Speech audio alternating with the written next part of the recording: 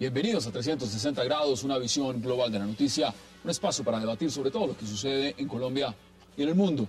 Y hoy arrancaremos 360 con una entrevista a una mujer considerada una héroe latinoamericana.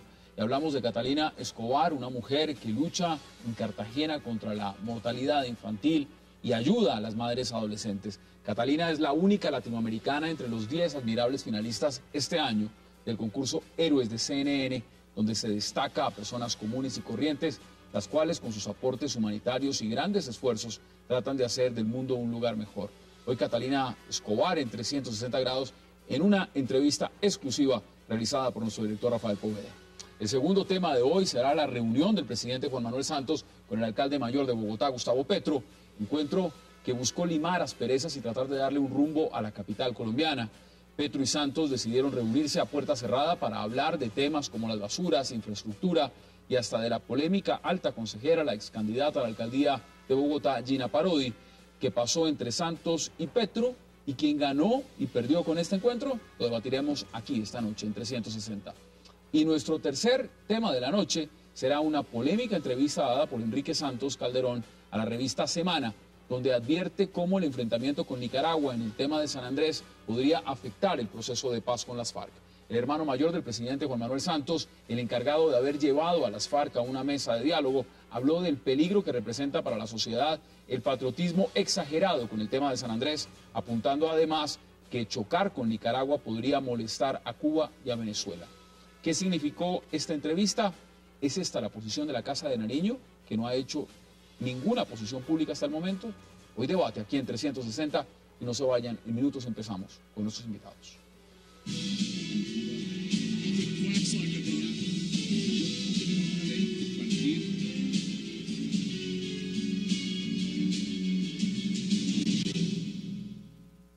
Controla con tus manos, selecciona, diviértete. Una experiencia Smart se vive con la mejor calidad de imagen Full HD 3D. Disfrútala con Samsung, el futuro de Smart TV ahora. Bueno, y qué placer empezar esta noche 360 al lado de nuestro director Rafael Poveda, quien realizó una entrevista con Catalina Escobar, una héroe latinoamericana, colombiana, que ayuda a salvar vidas en Cartagena. Rafael, qué gusto. Qué bueno estar contigo una vez más. Bueno, cuénteme, ¿qué es esta exclusiva? Esta mujer, todo lo que representa y cómo fue entrevistarla. Yo creo que es una de las mejores entrevistas que uno puede hacer a una persona que se ha dedicado realmente a salvar vidas y a cambiar vidas. ¿A cuántos de nosotros vemos a alguien en la calle y decimos, pobrecito, deberíamos de ayudarle?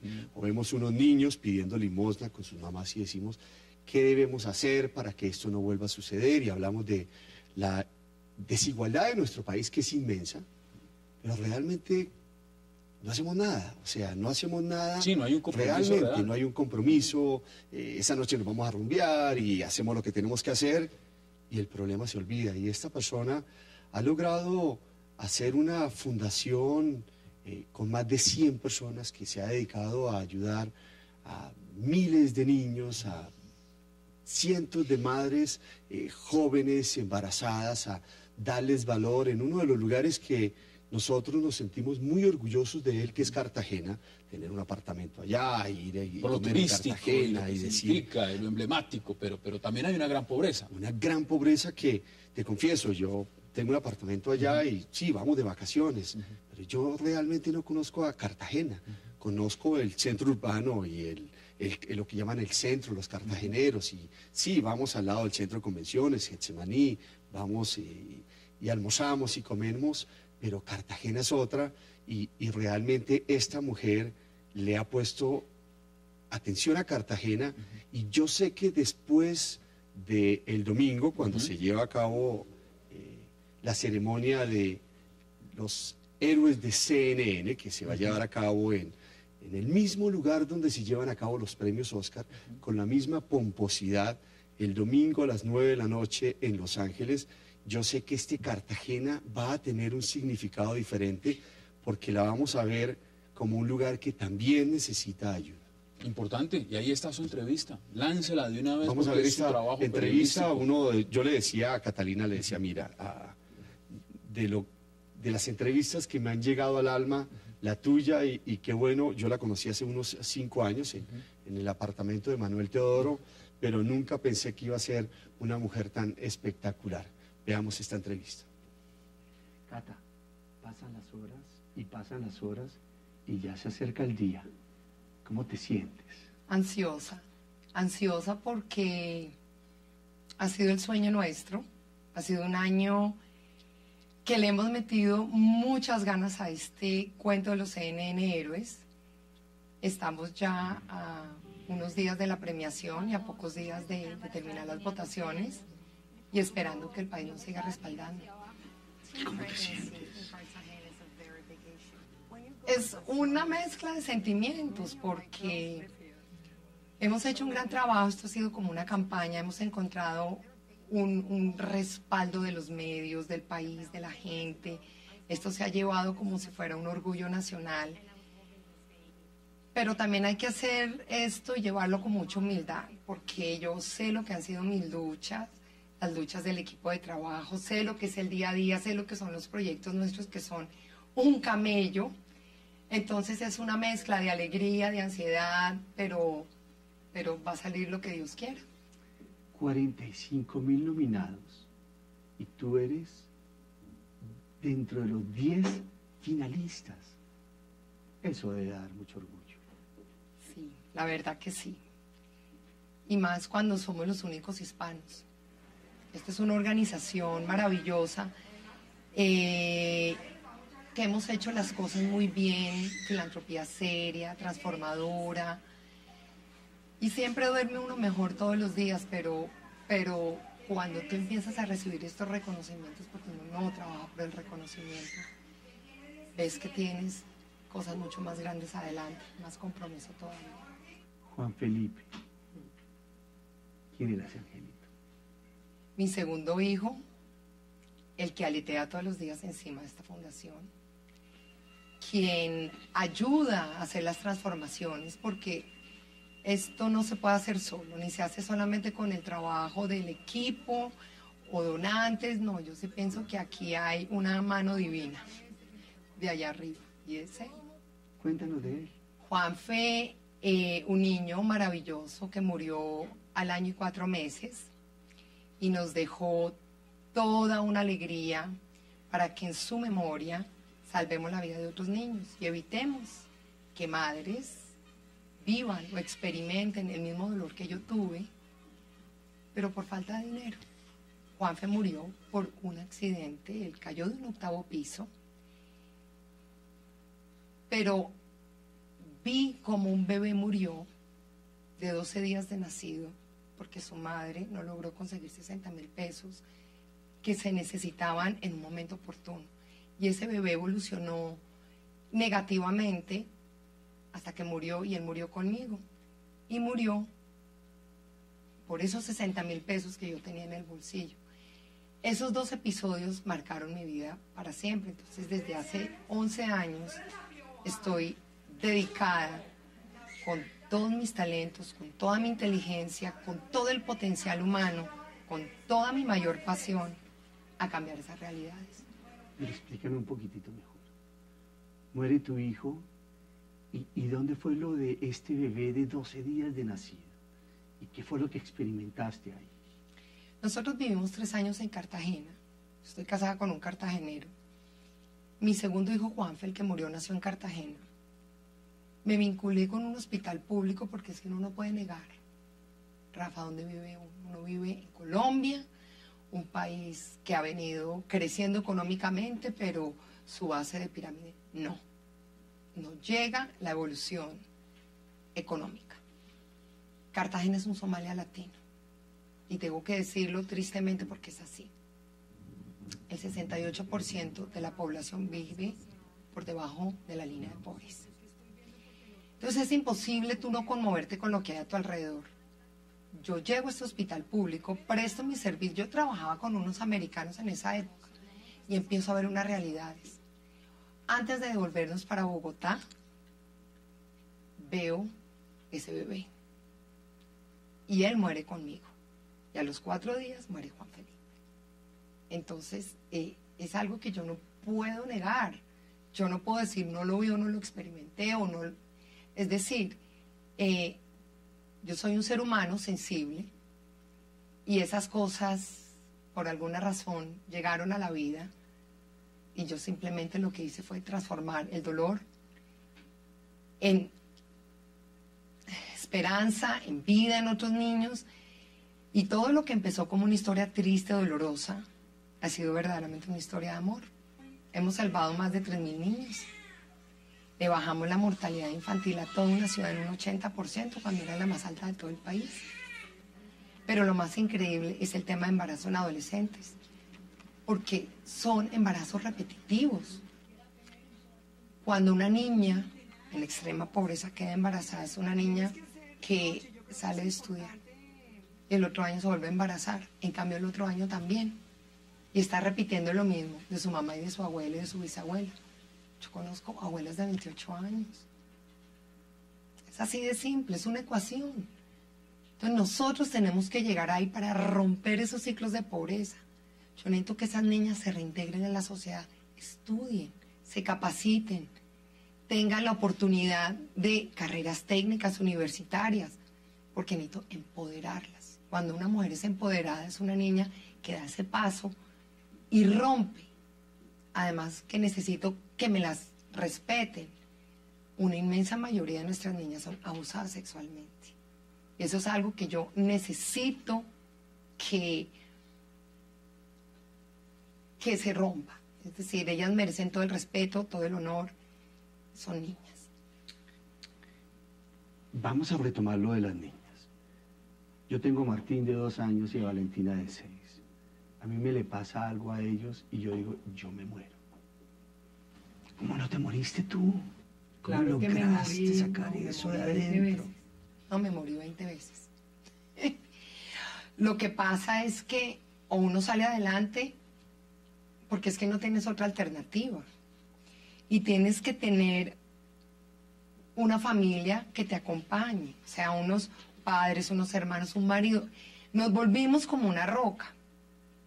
Y claro que fue muy difícil, fueron 2 años tremendos. Yo claro que me morí como 50 veces. Pero uno se llena como de amor y de fortaleza. No sé, a mí me preguntan cómo hice y no te tengo la respuesta. Yo creo que fue todos los días, remar. Todos los días levantarse y decir, amanecí sin el brazo derecho. Y aprendí a comer con el izquierdo y a abotonarme con el izquierdo. Y me hace falta mi brazo derecho. Ya no duele tanto, ya tienes una cicatriz. Antes dolía, te sangraba, muy difícil. Pero aprendí a vivir sin mi brazo derecho. Así es la muerte de un hijo. Es muy duro.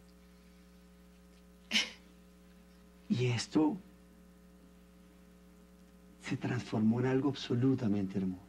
Cuéntanos de la fundación, qué hacen ustedes, cómo comenzaron, cuántos eran, dónde estaban y cómo fue evolucionando. Arrancamos en un garaje, como arrancan las grandes empresas, con las ideas.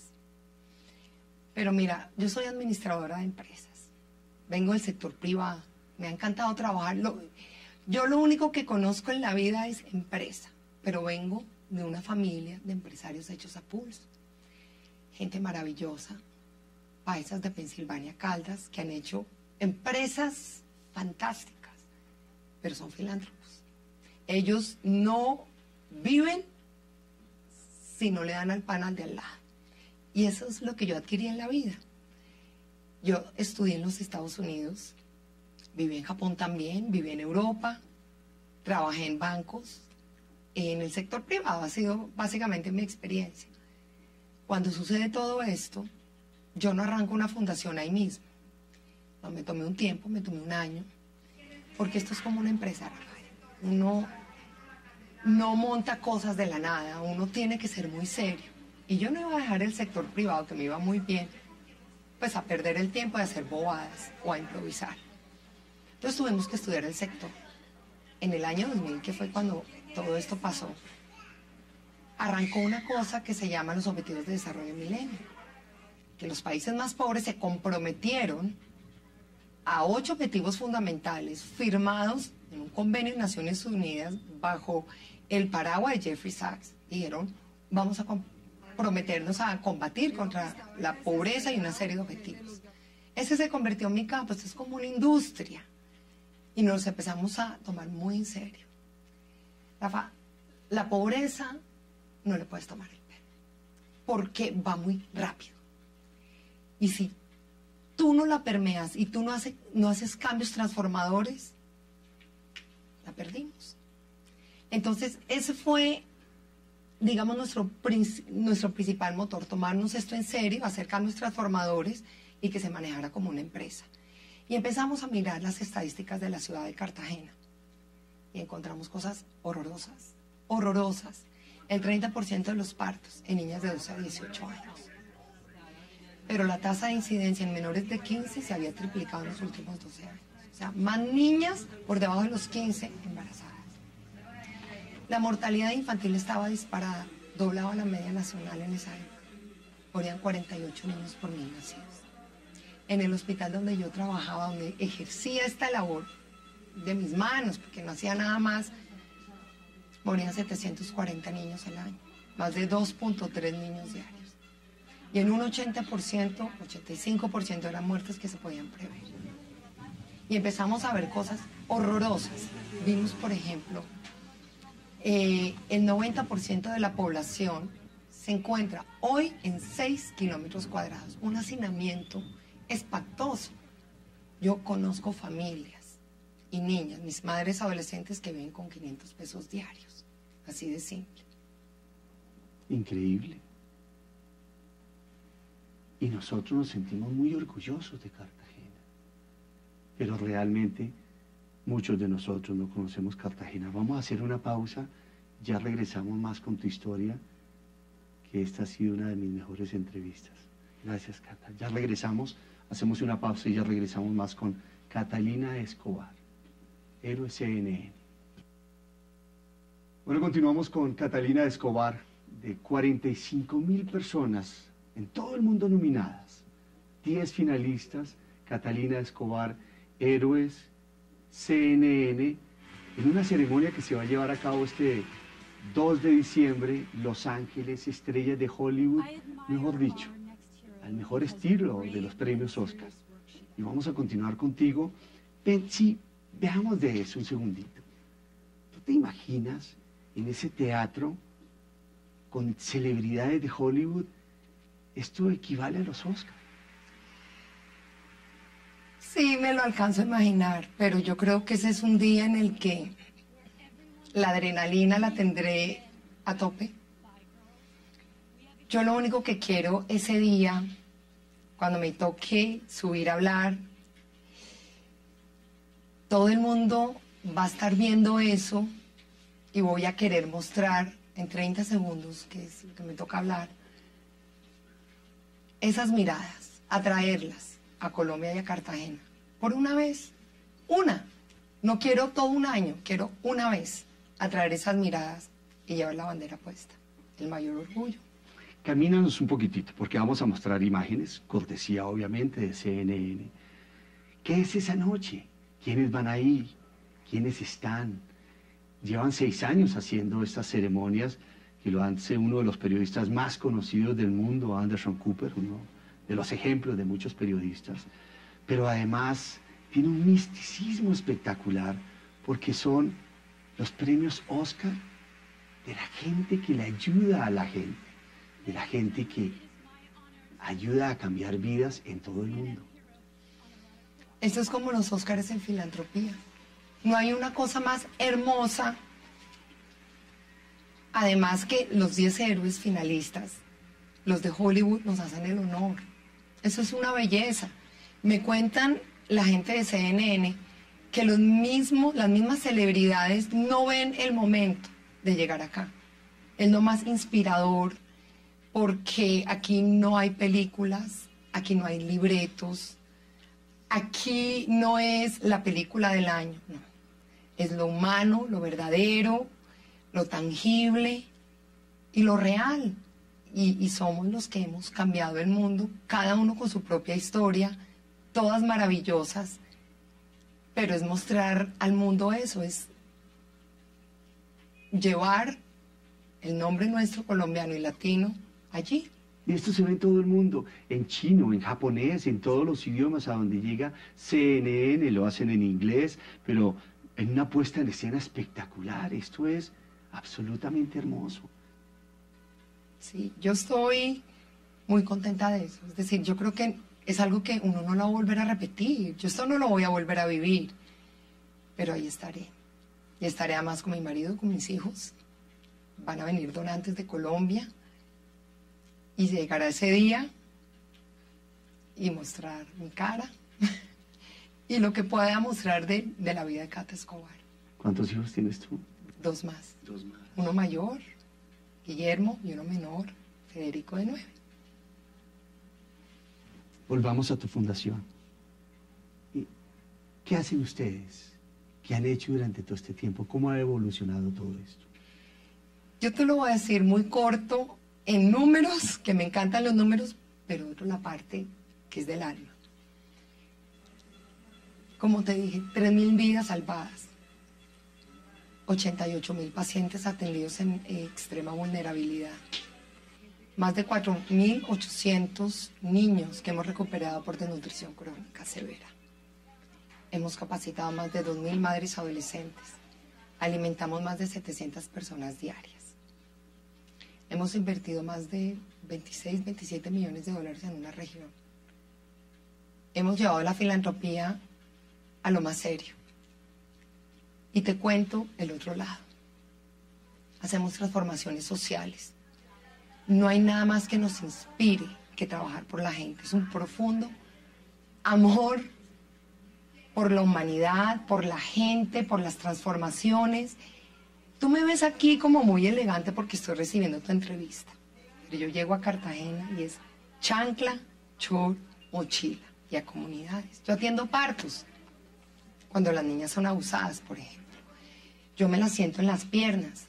Ellas me cuentan cómo han sido abusadas o cómo vive su vida, que son vidas muy duras. Esas niñas desde muy chiquitas les toca muy duro. O ir, por ejemplo, en la unidad de cuidados intensivos de la Juanfe, donde están mis pequeños luchadores, los bebés chiquitos. De hecho, la bebé más chiquita que hemos salvado pesó 580 gramos. Su madre dio a luz cuando no había cumplido 6 meses de gestación. Sarita hoy tiene 6, 7 años. Es una insignia. Yo veo esos ojitos de Sarita y veo los ojos de Juanfe. Eso es divino. Entonces tú vas allá. Entran 1.000 personas en promedio en el complejo social y veo los niños que hemos salvado sanos, tranquilos, evolucionando como seres de respeto, de dignidad. Entonces yo te hablo de números, pero hay que ver cuál es el trasfondo. Cuando vemos mujeres, mira, yo camino por Cartagena y me encuentro niñas en salones, en hoteles, como cajeras en bancos, adolescentes que pasaron, ya no adolescentes, ya niñas trabajando, empoderadas. Imagínate que tenemos hoy una niña becada a la universidad en psicología y su promedio es de 400 sobre 5. Entonces, nosotros cogemos estos seres humanos, lo que es la basura para la sociedad, para nosotros es oro en polvo. Lo que es la mugre, el desastre de una sociedad, los pobres, en extremo, son nuestro mayor oro en polvo. Entonces nosotros sacamos esas niñas, son unas pequeñas rocas que vamos puliendo y puliendo y puliendo, y de 2 a 4 años son unos diamantes y adquieren brillo propio. Y nadie, nunca, me las vuelve a opacar. Eso es lo lindo de esta organización. Además, que tenemos un espíritu transformador al interior del equipo de trabajo. A nosotros no nos gustan las cosas bien hechas, nos gusta la excelencia, lo mejor para los pobres. Tú entras al complejo social y te tienes que quitar los zapatos. Cuando estuvieron las primeras damas en la Cumbre de las Américas, se los dije, les dije, me da tanta pena, se me quitan los zapatos. Ustedes le van a rendir honor a los pobres y ustedes van a ser las últimas y ellos son los primeros. Se desmayaron, lógicamente, ellos nunca habían visto esto tan divino.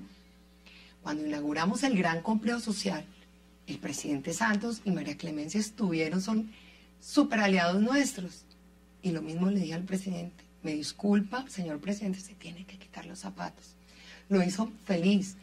Nosotros invertimos la pirámide.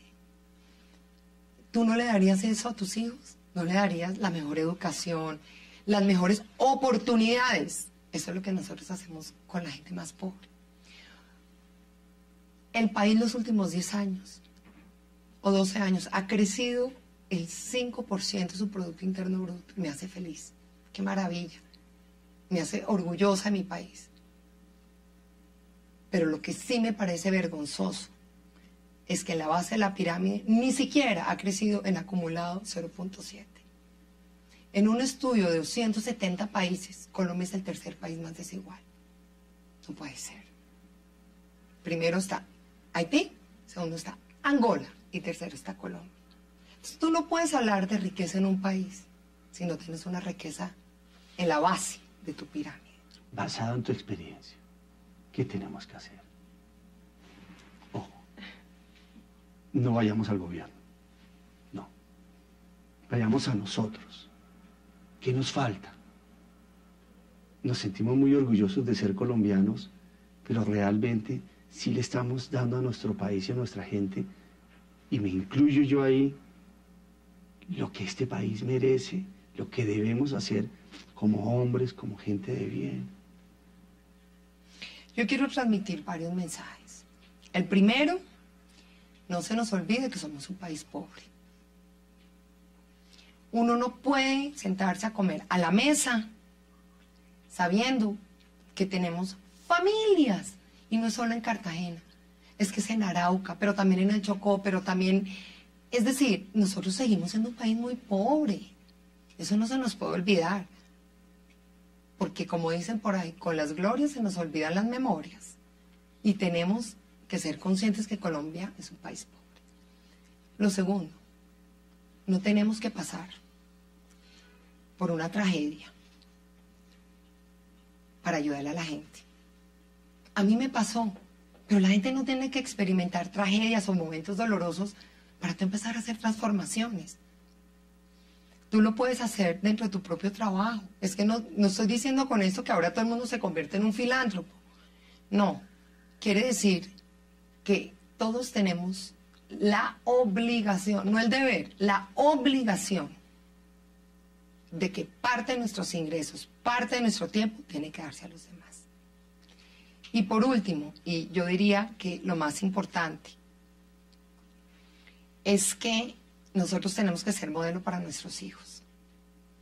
La caridad es algo que va dentro de nuestro reglamento de vida. Cuando mi marido me propuso matrimonio, una de las cosas que yo le dije es, tienes que estar dispuesto a que un presupuesto de la familia va para los pobres. Si tú no estás de acuerdo con eso, mejor que me lo digas.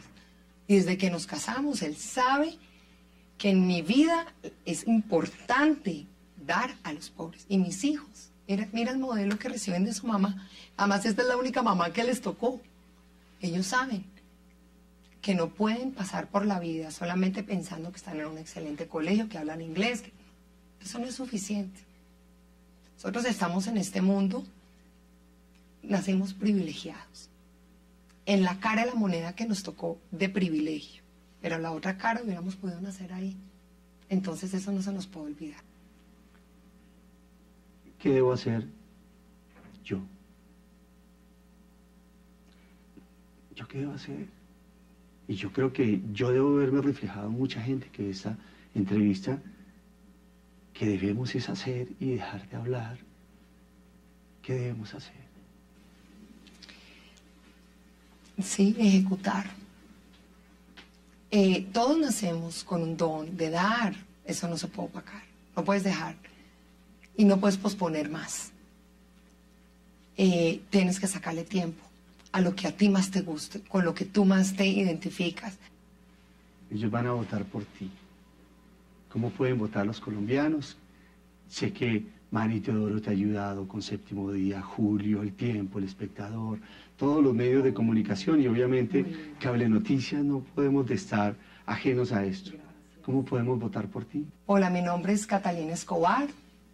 Estoy dentro de los 10 héroes de CNN, los finalistas. En este momento cuento con los votos de toda la audiencia. Pueden votar en cnnheroes.com 10 veces diarias por tu cuenta de correo electrónico y 10 adicionales por Facebook. Hoy es lunes. Tenemos hasta el miércoles, hasta las 11:59 de la noche. Quiero traerle a Colombia este premio de filantropía por CNN Héroes. Gracias. Y esa fue la entrevista, Rafael, y realmente es una héroe y vale la pena apoyarla incondicionalmente y ojalá veamos en ese auditorio que usted menciona durante toda la entrevista a una colombiana recibiendo ese gran reconocimiento. El premio mayor. premio Ella mayor. va a recibir, porque son 10, $50.000 para su fundación. Si gana, recibe 250, pero más que eso este sería el mejor regalo de Navidad para Colombia, como decía El Espectador, el periódico. Yo creo que nosotros tenemos que votar por ella. Yo que soy bastante malo para todas estas cosas del internet. Hoy he votado 5 veces, ahora me voy, me faltan 5 veces más. Y es fácil, ustedes tienen que entrar a cnnheroes.com, ahí aparecen los 10 finalistas, coloca, cliquea con Catalina y después es facilísimo para votar por personas tan malas con los computadores como yo. Y lo podemos hacer 10 veces. Y mañana 10 veces. Y el miércoles 10 veces, porque ya a las 12 de la noche del miércoles, pues ya no podemos seguir votando. Ahora yo como no manejo Facebook, no sé cómo votar por Facebook. Vamos a mirar a ver si mi esposa me ayuda también a votar por Facebook.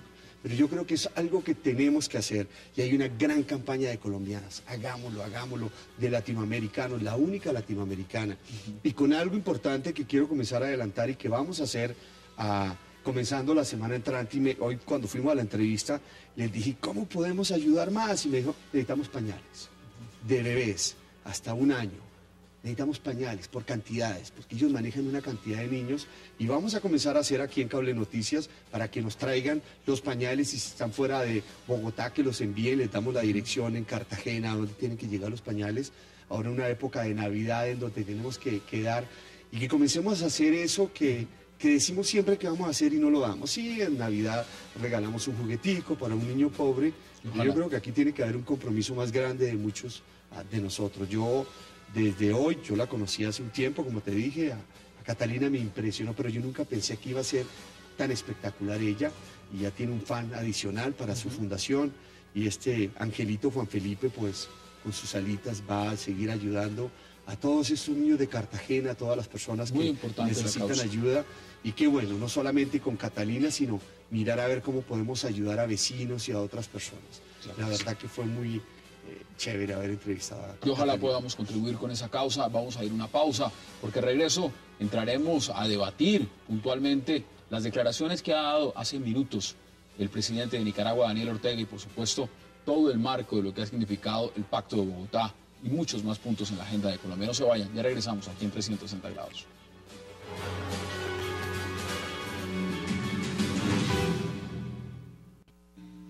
Estamos en la obligación ética, moral e histórica de proceder también en lo que es el terreno de la vigilancia de esta zona recuperada para ejercer soberanía.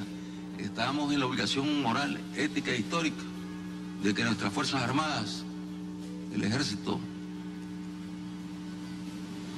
de Sandino, el Ejército de Estrada, de Andrés Castro, el Ejército de Celedón, de Carlos Fonseca, que este ejército procediera a hacer un plan a lo inmediato para ejercer labores de vigilancia. Declaraciones que acaba de dar hace minutos el presidente de Nicaragua, Daniel Ortega, para hablar de esas declaraciones y de otros temas, por supuesto, que están implícitos en ese discurso y en el fallo que dio la Corte Internacional de Justicia. Es un placer tener esta noche a Angélica Lozano, a Armando Novoa, a Ricardo Galán y a Rafael Guarín. Gracias por acompañarnos. Buenas noches. Bueno, no puedo dejar de empezar preguntándoles por esas declaraciones. Rafael, ¿qué opina usted? Lo primero es que lamento que aún una semana después de conocerse este fallo tan lamentable para Colombia no exista una posición clara del gobierno del presidente Santos. una semana y no han terminado, parece, de leer el fallo. El gobierno tiene que tener una posición clara, un mensaje contundente y claro para los colombianos, también para la comunidad internacional y especialmente para Nicaragua.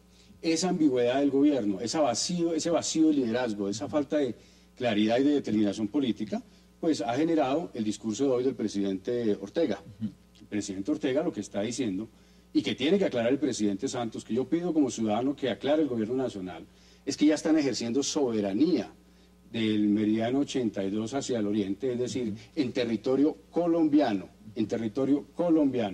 La respuesta que tiene que dar el Estado colombiano, en principio debe ser un mensaje con claridad absoluta de que cualquier presencia militar deberá ser rechazada militarmente y cualquier presencia de otro tipo se ejercerá la fuerza en el marco del derecho internacional para sacar de la manera más pacífica posible a estas naves de otras insignias que se encuentren en territorio colombiano porque están violando nuestra soberanía. Ángel, ¿cómo ve usted las declaraciones? Evidentemente acá hay un fallo, hay unos antecedentes, la Corte Internacional de Justicia definió unos nuevos límites. ¿Cómo ve las declaraciones del presidente Ortega? Pues nos sorprende en el tono. Vemos a un Ortega ejerciendo como presidente y haciéndole un mensaje a su país del que efectivamente carecemos aún por parte del nuestro. El presidente Santos claramente está descolocado, perdió 2 caguanes, nuestro país, él tiene que entregar 2 caguanes y está diciendo que hay que analizar y estudiar y buscar cómo se recurre. Le ha faltado claridad para con nuestra sociedad, para con nuestro país. Si nos sometemos a esta jurisdicción internacional, ¿la acatamos o como no nos favoreció, vamos a buscarle? Esto no es la reforma a la justicia que el presidente se inventó y luego hundió artificialmente. Es un escenario internacional, de modo que esto no es así, demeritamos incluso muchas veces a Nicaragua, que lo vemos como un país centroamericano y chiquito. Esto es un escenario real, internacional y serio, y el presidente Santos no está dando la talla, está titubeando. Aquí estaba leyendo, frente a lo que usted dice, a un internacionalista como Andrés Molano y decía, ¿y ahora quién es el borrachín y quién es el estadista? Porque realmente la pregunta salta, y es decir, aquí Nicaragua ganó, y ganó en el tribunal más alto que hay en este planeta. Armando, usted como constitucionalista, ¿cómo ve las declaraciones enmarcado, por supuesto, en todo lo que esto implica? Porque esto no es cualquier cosa. Bueno, yo comparto lo que se ha dicho en el sentido de que le ha faltado claridad en la respuesta al gobierno colombiano y especialmente al presidente de la República. Se han dado distintas explicaciones de esa vacilación que ha tenido el gobierno, la extensión del fallo, que lo están leyendo, que están analizando la eventualidad de retirarse del Tratado de Bogotá, pero hay unas cosas muy puntuales sobre las cuales el gobierno nacional ya ha debido tomar una iniciativa de cara a la opinión pública. Por ejemplo, a mí me parece que es muy importante un diálogo directo con el gobierno nicaragüense para buscar unos términos de acuerdo que permitan este tránsito entre la situación que teníamos anteriormente y el nuevo escenario creado luego de la decisión de la Corte Internacional de la Justicia.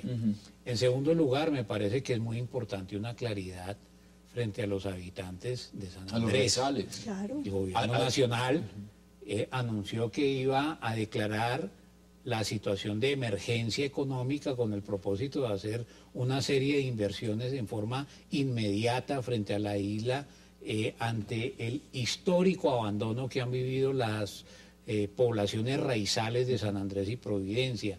Todavía no se sabe qué ha pasado de manera puntual con este tema.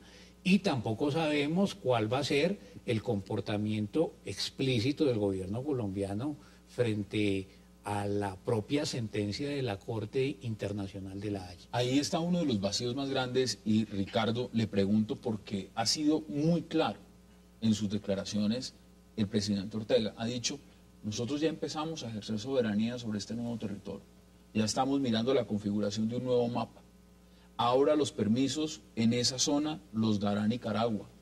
Es decir, aquí ya no estamos hablando sencillamente de una mera especulación, sino de una realidad. Y ha dicho Rafael algo muy puntual. El gobierno todavía no ha definido su posición. ¿Qué hay que hacer entonces? Pues los hechos están hablando por sí solos. Y lo que está pasando esta noche es que mientras el gobierno colombiano termina de leer el fallo, a ver si lo entienden, en Nicaragua pues ya tomó decisiones. Y es que ya está ejerciendo soberanía según dice el presidente Ortega y hay que creerle al presidente Ortega. Pero además de lo que está reclamando Armando, yo creo que el presidente Santos va a tener que explicarnos y rápido los vasos comunicantes que hay entre el fallo de La Haya y lo que está pasando en La Habana.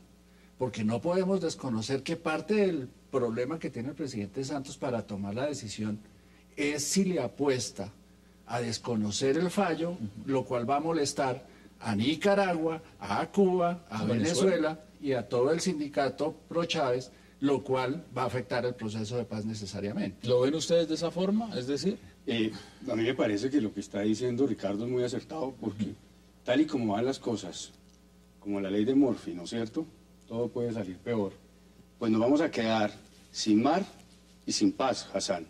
Porque evidentemente el presidente Santos está en una situación muy compleja, donde él está jugado en sus posibilidades de reelección, sujeto a los resultados del proceso de paz.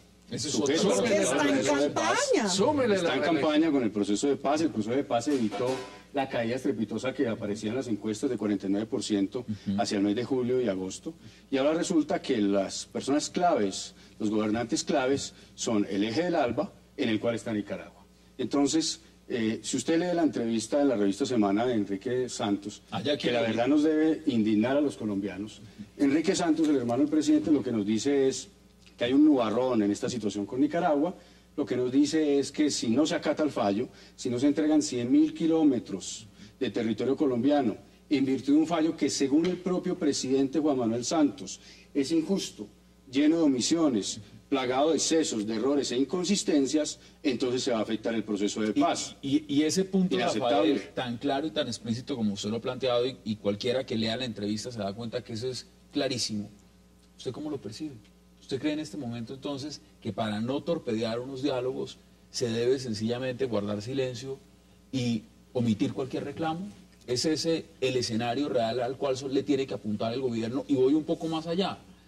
Esta voz de Enrique Santos, que es hermano mayor del presidente, ¿es acaso la voz por debajo de la mesa del gobierno que no ha querido salir a decirlo públicamente? ¿Qué piensa usted al respecto? No sé la cuestión de hermanos y si él sea un vocero no autorizado. Lo que sé es que los colombianos estamos en el peor de los mundos, porque estamos en manos de un presidente débil, aferrado al poder, en campaña de reelección, cuya reelección depende de que le salga bien un acuerdo con las FARC. Eso es estar en las peores manos posibles.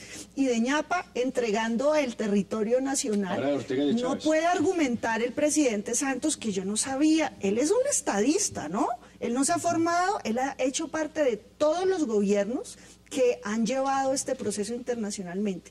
No nos puede decir ahora qué fue, que no sabe, y lo que aquí se ha dicho en la mesa. Una mesa bastante plural, pero estamos coincidiendo. Entonces los colombianos estamos en el peor de los mundos, porque un presidente que lo que quiere es reelegirse y la tiene muy difícil, porque se reeligió con los votos de Uribe, que ya no los tiene, y ahora depende de estas manos y está nadando en aguas profundas pues y difíciles. Él tiene fama de jugador. Pero aquí y la apuesta que está haciendo es muy grande, porque como dice Rafa, nos podemos quedar sin mar y sin paz. No, pues sin mar y los colombianos, ya lo ha dicho el presidente, y los colombianos no tenemos claridad sobre eso. Si esa es la decisión, que nos diga, y ya veremos si la aceptamos. Veamos declaraciones y ya le doy la palabra a Armando Novoa también. Veamos más declaraciones. ¿El panorama internacional es favorable al proceso? Lo ha sido hasta ahora, pero la tensión con Nicaragua es un nubarrón que ha aparecido. Hay que evitar que prospere en la sociedad colombiana el chauvismo beligerante. Una actitud belicosa con Nicaragua podría frenar el compromiso de Chávez con el proceso e incluso a los cubanos. Armando, son muy claras las declaraciones, ahí las estábamos viendo. ¿Usted ve el panorama así de negro? Yo creo que la línea de conducta para salvar las dos situaciones está en el respeto a los principios del derecho internacional y a los acuerdos con los cuales se inició el proceso de paz con las FARC. Si el gobierno colombiano comete la equivocación que se ha insinuado aquí de acudir a la fuerza militar para rechazar la presencia de militares nicaragüenses en la zona que después de la decisión de la Corte Internacional es de soberanía de ese país, creo que estaríamos dando una señal muy contraproducente, porque la pregunta elemental es la siguiente: si el gobierno colombiano no cumple los tratados internacionales que dieron origen a esa decisión, que aceptó, que se sometió a ella desde hace 12 años, ¿con qué argumento se podría considerar que después de suscribir un acuerdo con las guerrillas de las FARC lo va a cumplir? Creo que la línea de conducta tiene que ser respetar el derecho internacional, que es la prenda de garantía para que nadie se salga de la foto. No nos olvidemos que aquí la situación de debilidad no está desde el punto de vista militar en Colombia, porque Colombia ha sido un gobierno tradicionalmente aliado, especialmente en el gobierno del presidente Uribe de los Estados Unidos, que tiene intereses geopolíticos en la región. ¿Qué dice usted frente a ese argumento? Yo respeto mucho, obviamente, siempre las posiciones del doctor Armando Noboa, pero yo pienso diferente. Mire, aquí el presidente ha dicho que estamos ante una decisión judicial que es injusta, porque tiene omisiones, palabras del presidente Santos, excesos, errores e inconsistencias, pero además tiene otra característica, y es que carece de cualquier recurso de apelación, de una segunda instancia, para nosotros evidenciar estos puntos. Eso significa, desde mi punto de vista, que es el punto de vista de la seguridad y la defensa nacional y de los intereses nacionales, que nos salimos del mundo de lo jurídico, del mundo de los abogados, del mundo del parágrafo, del inciso, y estamos en el mundo de la política exterior. Y la política exterior se basa no en las leyes, así esto suena odioso para muchos, se basa en la potencia, en el poder nacional. Y cuando hay una decisión absolutamente en la Israel de América Latina. Puede ser, a mí no me molesta en absoluto el tema de Israel, para nada. Eso nos pone a nosotros en un tema, y es que debemos utilizar los recursos de la diplomacia y de la fuerza, que son desde Maquiavelo identificados como los medios de la política. Y segunda cuestión, lo que yo pienso realmente, Armando, es que aquí una de las funciones del Estado y de cualquier jefe y gobernante es la seguridad. Y la seguridad tiene dos caras, la seguridad exterior y la seguridad interior. Pero en la seguridad exterior lo que tenemos en este caso claramente es una política de debilidad del gobierno Santos, que es extensión nada más ni nada menos que la política de debilidad que ha adoptado frente a las FARC a legitimar crímenes de lesa humanidad. Dos temas importantes, y para ampliarlos veamos las declaraciones del presidente Ortega hace minutos desde Managua. Nicaragua, en la medida que va ejerciendo soberanía en la zona, como lo estamos haciendo con la Fuerza Naval, con la Fuerza Aérea, de esa misma forma se vayan formalizando nuevos convenios con Colombia para el combate al narcotráfico y al crimen organizado. Y que tengamos una situación normal, acuerdos en cuanto a lo que es el combate al narcotráfico y crimen organizado. Porque ahí tenemos que unir esfuerzos, todos. Acuerdos en lo que es la materia de pesca. ¿Eso qué significa, Ricardo, en su opinión? ¿Le está tendiendo la mano o le está diciendo a Colombia? Parece el presidente de Colombia. Está preocupado de los temas que debería estar preocupado Santos, de la lucha contra el narcotráfico y del bienestar de los raizales. Entonces ya tiene la solución. A los raizales, pídanme permiso que yo les voy a decir que sí. Y hay una parte por ahí que dice que va a hablarle a los Estados Unidos para que ayuden a controlar el narcotráfico. Y nosotros seguimos leyendo el fallo. ¿Esa es la realidad? Estamos quedados leyendo el fallo y esperando realmente la reacción que hay que tomar. Claro, la lectura lenta del fallo tiene que ver con falta de ponerle la cara a la gente y no decirle lo que quiere oír. Ninguno de nosotros quiere escuchar que estamos perdiendo territorio nacional. Pero lo responsable y lo que se espera de un estadista, de un jefe de Estado que juega con las reglas internacionales a las que, como dice Armando, está convocando a unos que no reconocen ni siquiera el Estado, es darle la cara a la gente y decir, inventarnos que tiene recursos. Si no tiene recursos, que el presidente Santos, con todo respeto, Rafael, diga que este es un fallo injusto y demás. El presidente puede decir lo que quiera. Él se inventó esperpentos como la reforma a la justicia y luego, ay, yo no supe y fue a mis espaldas y dice una cantidad de shows. Que asuma y le diga al Estado y le diga a la sociedad, no tiene recursos. ¿Qué queremos? ¿Ir a una guerra o nos sometemos al concierto internacional en el que hemos jugado durante tantos años? Y al que le ha apostado el gobierno también, porque le ha apostado como Entonces, ningún otro al concierto internacional. no nos gustó el fallo y entonces nos separamos. Él hizo parte de todos los gobiernos que Angélica, asumieron pero el ¿cómo hace un litigio. presidente para aceptar a estas alturas un fallo que lleva 8 días desprestigiando? Es que acuérdese la reacción con Es la que cabeza reaccionó caliente del primer caliente. día, cuando sale y dice que el fallo es un montón de adjetivos. ¿Sabe cuál es el problema? Y ahora, ¿cómo nos van a una decir? acotación muy Breve, puntual. nos van a hacer una pausa. Una acotación muy puntual. 20 segundos para hacer la Llevamos 8 días del fallo y aunque comparto las críticas del gobierno, hay que darle una esperita por lo menos de 2 días más a ver qué va a hacer. Porque obviamente se le vino el diluvio universal al presidente. Pero es que mire, Armando, por estar esperando que Ortega ya está en la zona y ya sacarlo va a ser un lío. Tengo que hacer la pausa y los dejo en caliente porque tenemos que ir a muy breve, porque ya inmediatamente Rafael está que se habla, Ricardo y Angélica ni hablar. Hagamos esa breve pausa aquí en 360 y ya regresamos con nuestros invitados.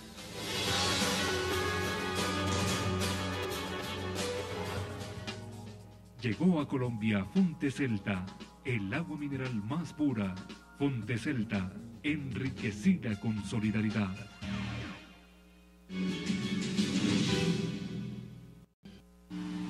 Entonces estamos hablando de una cantidad de temas donde Nicaragua está trabajando ya y va a seguir trabajando para asegurar que el cumplimiento del fallo de la Corte Internacional de Justicia del 19 de noviembre de este año 2012 sea un fallo que se logre aplicar de manera integral, plena y total en la mejor y mayor armonía y respeto entre el pueblo y gobierno de Nicaragua y el pueblo y gobierno de Colombia. Rafael, usted estaba que se hablaba antes de la pausa. Varias cosas. Mire, yo lo que creo es que aquí estamos ante un sofisticado y muy disimulada operación de chantaje.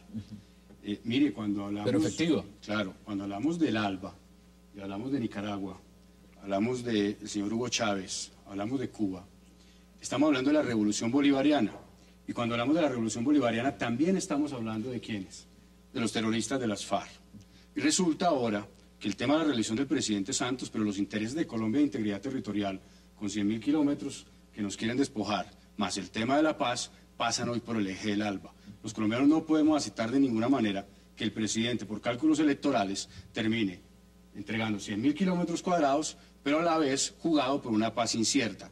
Y segunda cuestión, si el presidente Santos, que en esto ha demostrado una política de debilidad en materia de defensa de la soberanía nacional, como en materia de lucha contra las FARC, está tentado a acatar el fallo, yo personalmente considero que este es un tema que sobrepasa la decisión del presidente y que debería ser debate público, ir a una consulta popular, que los colombianos deseamos si estamos de acuerdo o no en entregar 100.000 kilómetros de territorio. No, pero es que perdóneme, pero es que hace 12 años, ¿quién va a decir que está de acuerdo con entregar 100.000 kilómetros? ¿Por qué le tenemos miedo al debate? No, ¿por qué le tenemos miedo al debate? ¿Cuál es el debate? Hay un hecho cumplido. Y es que hay una sentencia injusta, de la Corte Internacional de Justicia, lo que usted quiera, injusta, perdóneme, injusta, arbitraria, pero tomada en derecho, Corte a la cual el Estado colombiano decidió acogerse cuando acompañó sus decisiones, sus deliberaciones, se hizo presente, presentó alegatos, etcétera.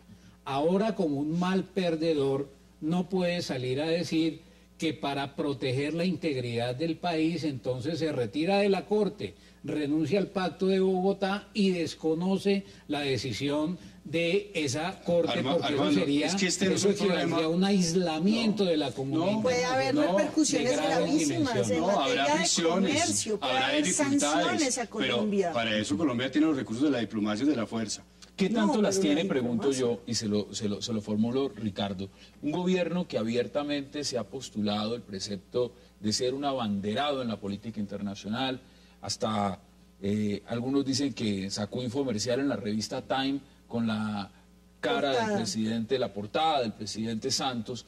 Y aquí realmente cuando se necesita mirar el tema internacional, los aliados internacionales, a ver si apoyan una causa para Colombia o para no, pues realmente lo que estamos viendo es que estamos sujetos, no a los más democráticos de la región, en un marco de un proceso de diálogo con las FARC. La pregunta es si Colombia, por jugarle a lo internacional, jugó a tantas bandas y a darle contentillo a tantos, que lo que estamos viendo es una gran debilidad del gobierno.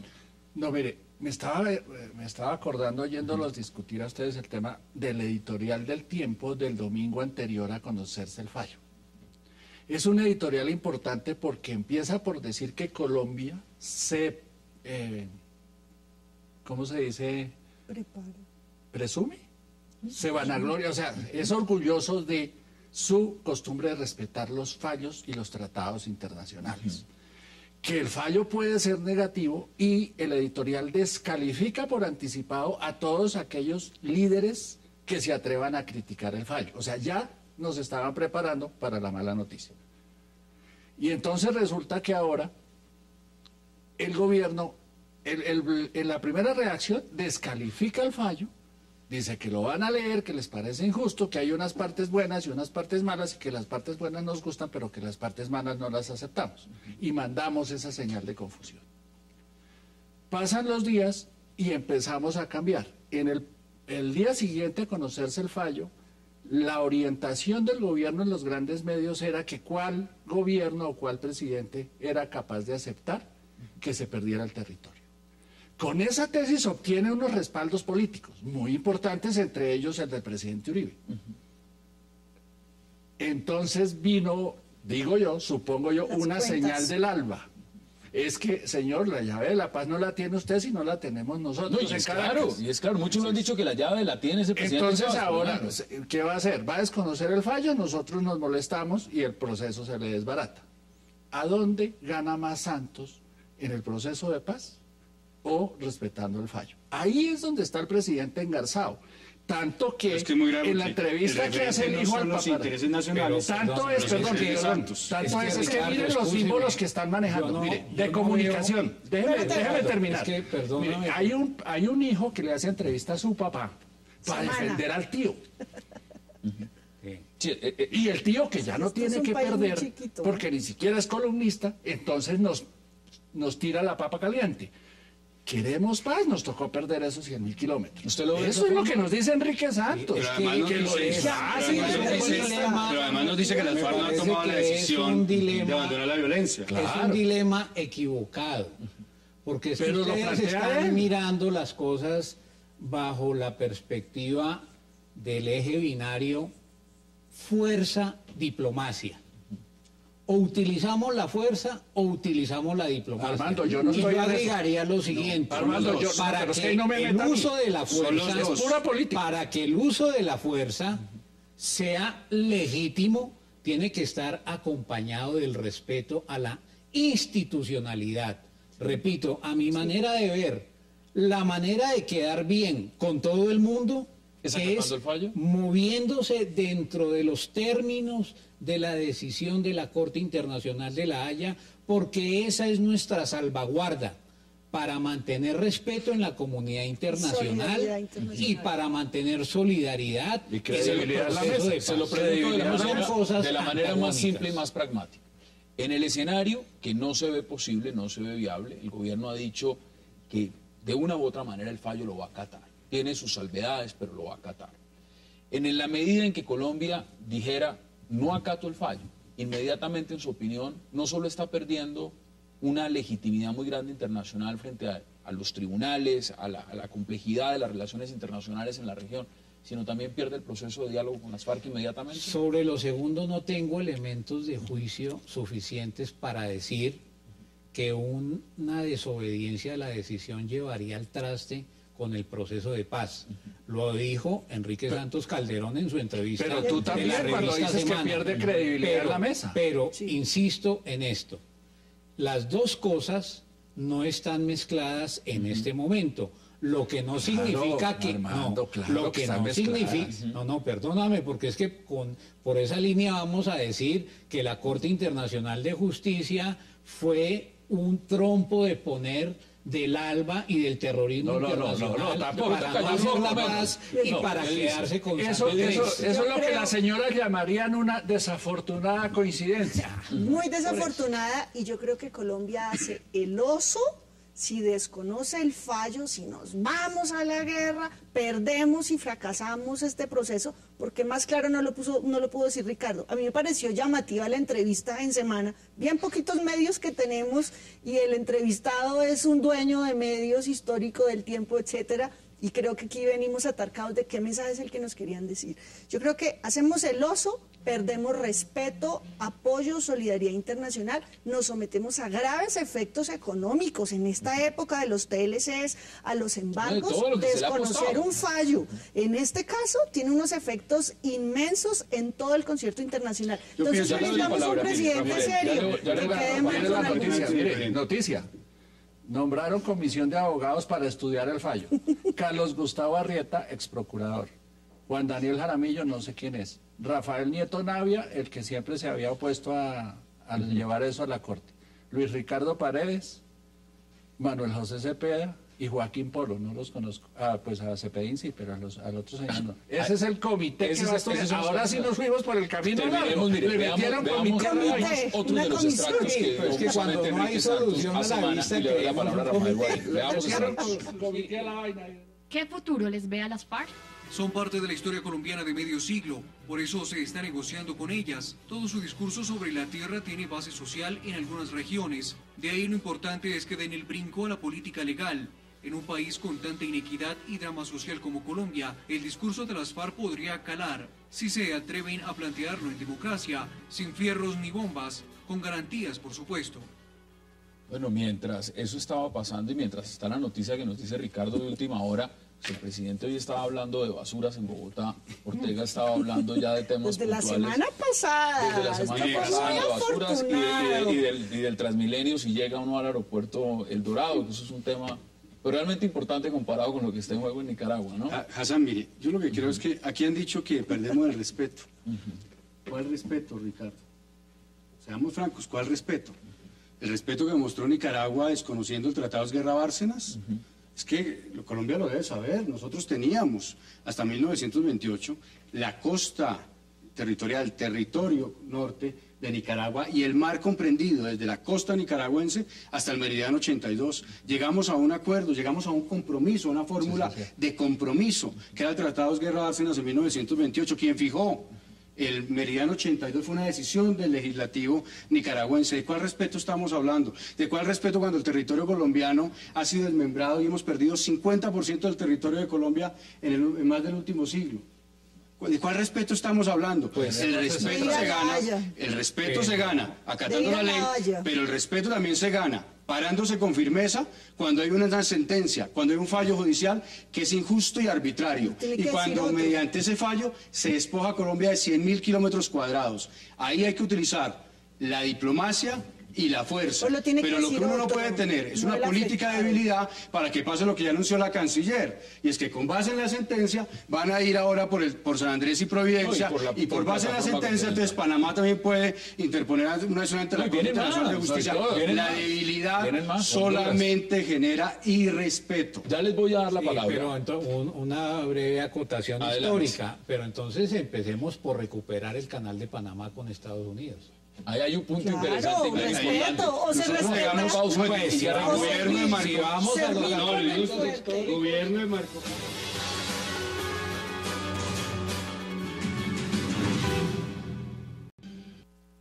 La conclusión alrededor de el tema del aseo es que el presidente está de acuerdo en que el alcalde de Bogotá debe desarrollar el modelo que estime pertinente en la ciudad de Bogotá, y que pone la estructura del Estado Nacional al servicio de ese modelo, que él entiende va con las corrientes del mundo alrededor de problemáticas como las de lograr un resultado total en el sistema de basura cero, reciclaje total, como el de lograr la inclusión en condiciones de igualdad material de la población recicladora. Hoy se reunieron el alcalde Gustavo Petro y el presidente Santos. Uno no sabe si esa cortina de humo era como para más o menos distensionar el tema del fallo, o si realmente los dos están muy interesados en la recolección de basuras o el tema del acueducto. ¿Usted cómo lo vio? ¿Cómo le parece? Esa confluencia, ese choque entre el gobierno nacional y distrital, ¿eso fue cortina de humo o le parece que ahí hay un tema de fondo? El tema de las basuras en Bogotá es serio, merece atención, es complejo, casi como los tratados internacionales. Aquí también tenemos fallo, pero de la Corte Constitucional, tenemos unas órdenes, no hay tiempo, etcétera. Es un tema bien importante de analizar. Hemos hecho todo el control, todos hemos estado encima. En el Consejo es un tema diario.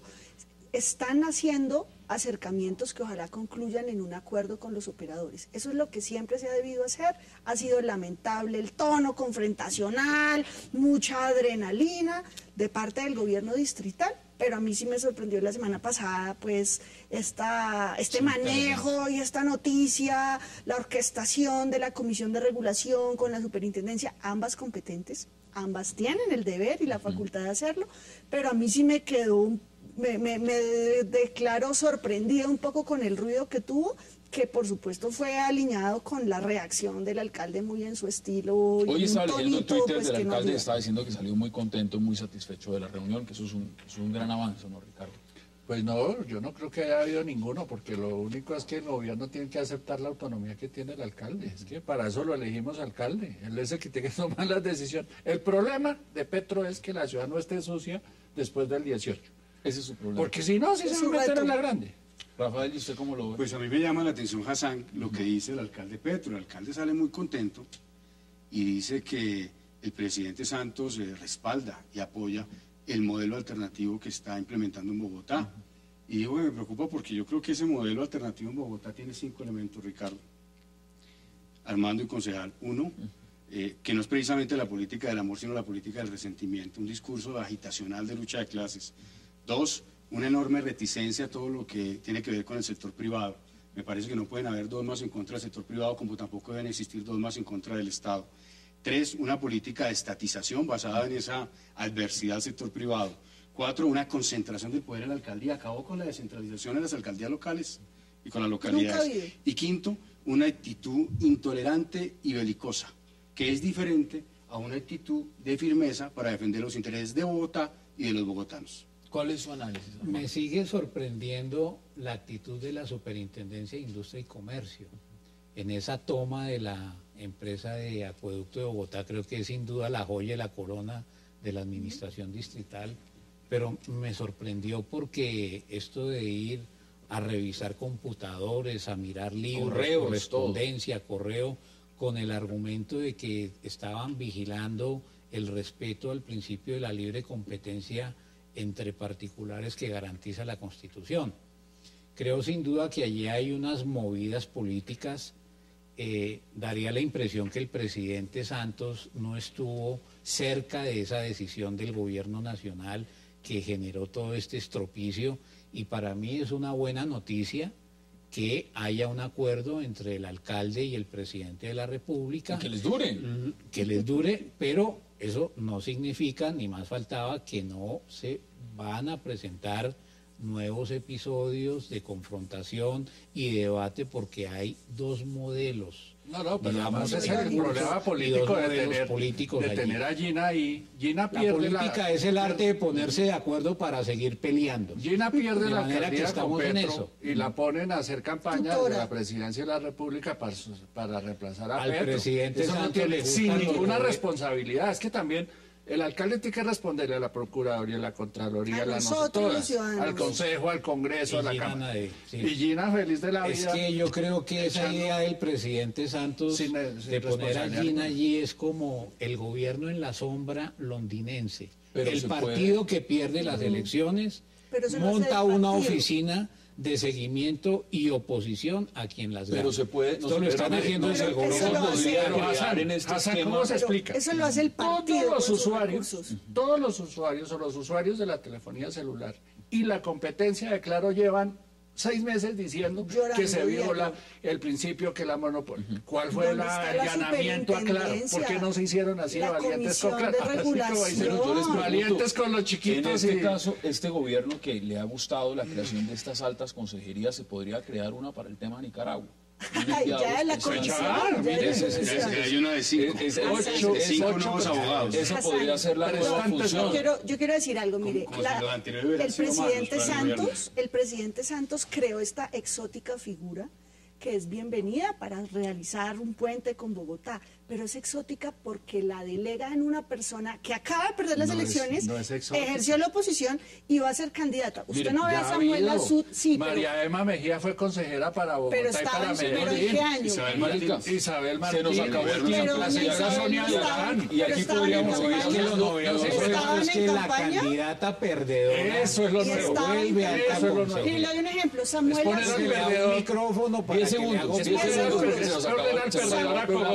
Azud es el consejero presidencial para la prosperidad. Todos los días él está en los municipios y departamentos. ¿Quién lo ve allá dándole órdenes al Ministerio de Salud? Oiga, inepto, las EPS, ¿por qué no las vas a vigilar? El Ministerio de Educación. El debate, es la política, es la campaña. Sigue abierto y aquí nos podríamos quedar muchísimo más tiempo. Armando Novoa, gracias por aceptar como siempre la invitación. A usted por la invitación. Angélica, gracias por aceptar la invitación. Gracias, qué rico. Rafael Guarín. Hassan, Panamá no es Nicaragua. Panamá fue un grito de independencia. Panamá se resolvió con el gobierno Martínez. Y lo que ratifica Armando cuando menciona el caso de Panamá y Estados Unidos, y lo que yo he dicho acá, la política exterior se basa en la potencia. Yo me quedo callado para que usted no lo sancione. Igual va a estar la alta consejería para Nicaragua. Y a ustedes, gracias por acompañarnos. Nos vemos mañana aquí para seguir debatiendo la agenda política de Colombia y del mundo. Hasta una próxima oportunidad.